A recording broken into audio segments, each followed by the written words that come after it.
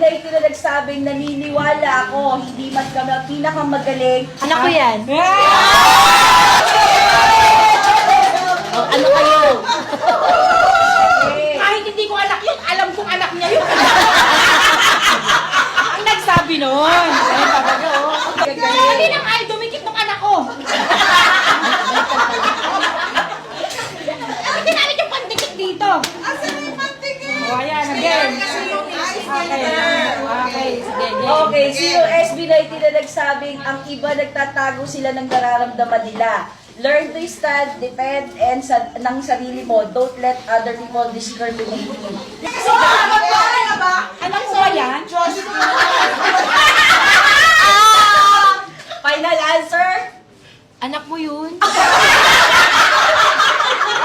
Pinag-iisipan ko mabuti. Ulitin mo pa ulit. Nag-i-English.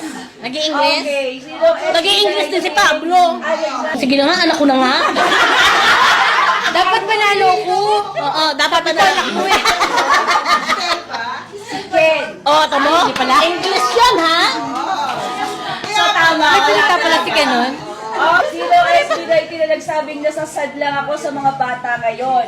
Ang social ability nila parang hindi na pag-practice. Hindi namin anak yan.